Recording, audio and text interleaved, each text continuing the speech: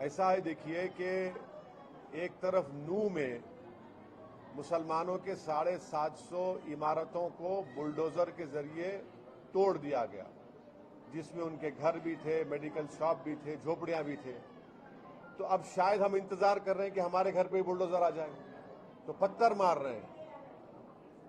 जब कभी भी हमारा कोई पार्लियामेंट में भाषण होता या कोई हमारा कोई इंपॉर्टेंट स्पीच होती तो फौरन ये लोग आकर पत्थर मारते हैं। तो ये तो सिलसिला चल रहा है, एक तरफ मुसलमान पर बुलडोजर चल रहा है और एक सांसद के घर में पत्थर गिर रहे हैं। सर, आपको धमकियां भी दी जा रही है?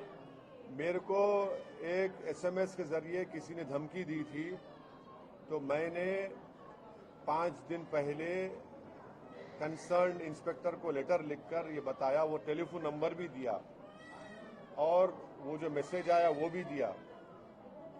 वो मेरे से आके पूछते कि सर आप लेटर लिख कर दीजिए कि आपका जो सीडीआर है हम निकालें। मतलब सीडीआर क्यों निकालेंगे, मेरा राइट टू प्राइवेसी का इशू है। मैं आपको दे रहा हूं कि इस नंबर पर आया है, मैं आपको फोटो दे रहा हूं, मैसेज का दे रहा हूं, आप देखिए, उस पर एक्शन लीजिए।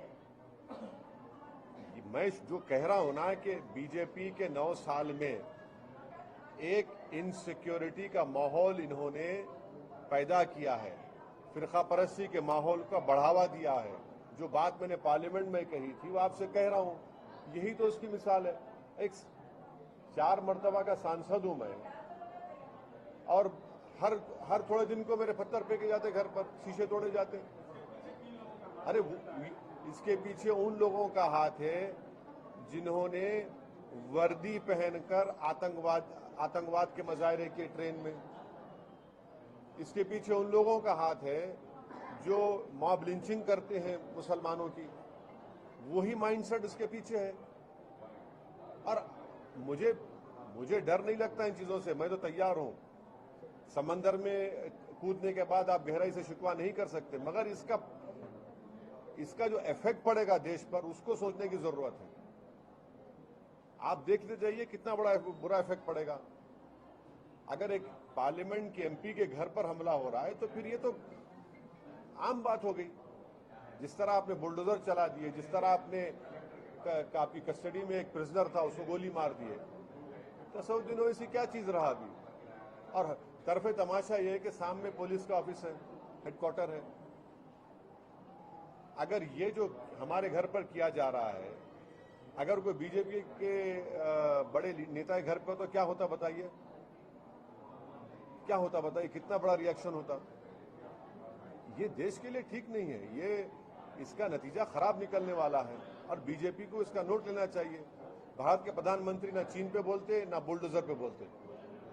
750 घर नू में मुसलमानों के बर्बाद कर दिए गए, आसमान के नीचे जिंदगी गुजार रहे हैं अपने वो लोग। सर, हरियाणा के नू में ट्रस्ट प्रोवोकेशन मतलब पंचायत की जो हेड है, ये लेटर लिखा है कि मुसलमान ट्रेडर्स को बैन किया गया और महापंचायत ने एक डिमांड किया कि आईडीज चेक करना चाहिए पब्लिक को, मतलब एक समुदाय के लोगों को आने से उनके आईडीज चेक करना चाहिए। तो मैं आपसे कह रहा हूं कि ये जो बातें की जा रही है ना, ये बातें अगर आप हिस्ट्री में जाएंगे तो 1933 में उस वक्त की जर्मनी की याद दिलाती है, जब यहूदियों को, जूस को कहा गया था कि आपकी आइडेंटिफिकेशन के लिए आप अपने हाथ पर स्टार ऑफ डेविड पहनिए। तो यही जबान इस्तेमाल की जा रही है आज। फर्क इतना है कि वो यहूदी थे, आज यहां पर मुसलमान हैं। अब सिर्फ इस देश में क्रिस्टल नाक मूवमेंट होना बाकी है, और उसके बाद तो फिर जो तारीख में यहूदियों से हुआ था, जूस से, वो भारत के मुसलमानों से होने जाएगा।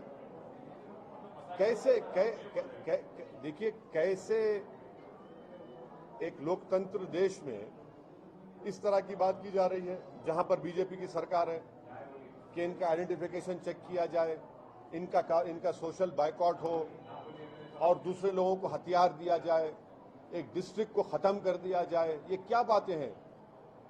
ये तो एथनिक क्लेंसिंग की बातें हैं। ये तो याद दिलाता है बोस्निया की, यही याद दिलाता है। हम कल 15 अगस्त यौम आजादी मनाने जा रहे हैं और आप ये पैगाम दे रहे हैं पूरे देश को, और वो नूह के मुसलमानों को जिन्होंने अपना सब कुछ कुर्बान किया देश की आजादी के लिए। महात्मा गांधी वहां पर जाकर नूह के मुसलमानों से कहा था कि तुम मत जाओ पाकिस्तान को, आप ये महात्मा गांधी को याद कर रहे हैं, इस तरह से याद कर रहे हैं आप। ठीक है, हिंसा हुई, हम उसका कंडेम करते हैं, मगर आप एक पूरी कम्युनिटी को कलेक्टिव पनिशमेंट दे रहे हैं।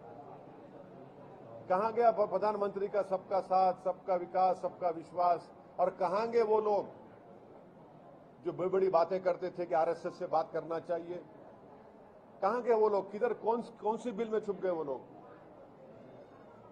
कहां गए वो लोग जो बोलते थे कि डायलॉग होना चाहिए? बोलो, डायलॉग करो। अभी जो लोग इस तरह की बातें करते हैं उनको नूह को जाकर बर्बादी देखने की जरूरत है। उनको प्रधानमंत्री को कंडेम करना चाहिए, नूह के डेमोलिशन को। प्रधानमंत्री की सरकार है, नरेंद्र मोदी के नाम पर उनको वोट मिला है। कैसे आप इस देश में कोर्ट नहीं है क्या? कानून नहीं है, ड्यू प्रोसेस फॉलो नहीं करेंगे? और सुप्रीम कोर्ट का ये ऑर्डर का वायलेशन है। ये जहांगीरपुरी में सुप्रीम कोर्ट ने साफ तौर पर कहा था कि due process should be followed, यानी आप प्रोसेस फॉलो करना चाहिए। आप पुरानी तारीख में उनको नोटिस देते और एक ही दिन में हजारों लोगों को आपने बेघर कर दिया। आपने जिक्र किया सर, प्रधानमंत्री को इन सारी चीजों पर बात करनी चाहिए। क्या आप उम्मीद करते हैं प्रधानमंत्री 15 अगस्त पर लाल किले के प्राचीर से इन सारी जो घटनाएं अगर प्रधानमंत्री को भारत के मुसलमानों से थोड़ी सी मोहब्बत होगी तो देश के प्रधानमंत्री से मैं उम्मीद करता हूं कि क्योंकि वो हमारे देश के प्रधानमंत्री है, वो कल लाल किले से ये जो टारगेटेड वायलेंस किया जा रहा है उसको कंडेम करेंगे। प्रधानमंत्री से उम्मीद करेंगे कि प्रधानमंत्री कल खड़े होकर कहेंगे कि जिस तरीके से एक रिलीजन को टारगेट किया जा रहा है उसका मैं कंडेम करता हूं, चाहे वो रेल में वो आतंकवादी का वाकया हो या फिर जो वायलेंस हो रहा है, वायलेंस को कंडेम करिए। प्रधानमंत्री वायलेंस को कंडेम करिए ना, चाहे वो नूह का वायलेंस हो और फिर उसके बाद जो वीडियोस, उससे पहले जो वीडियोस बनाए गए, कंडेम करिए कि कौन है लोग जो सोशल मीडिया को इस्तेमाल करके एक समुदाय के खिलाफ नफरत पैदा कर रहे हैं।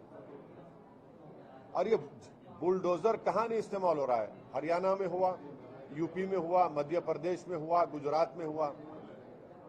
अरे भाई, फिर कोर्ट क्यों है? अमित शाह ये 3 कानून क्यों लेके आए?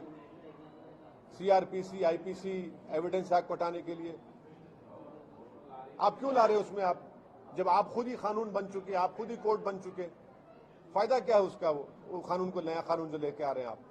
हम उम्मीद करते हैं कि प्रधानमंत्री इसका नोट लेंगे और एक स्ट्रांग मैसेज देंगे प्रधानमंत्री कल अपने भाषण में 15 अगस्त के दिन, क्योंकि चुनाव से पहले उनका ये आखिरी भाषण होगा। देखते हैं कल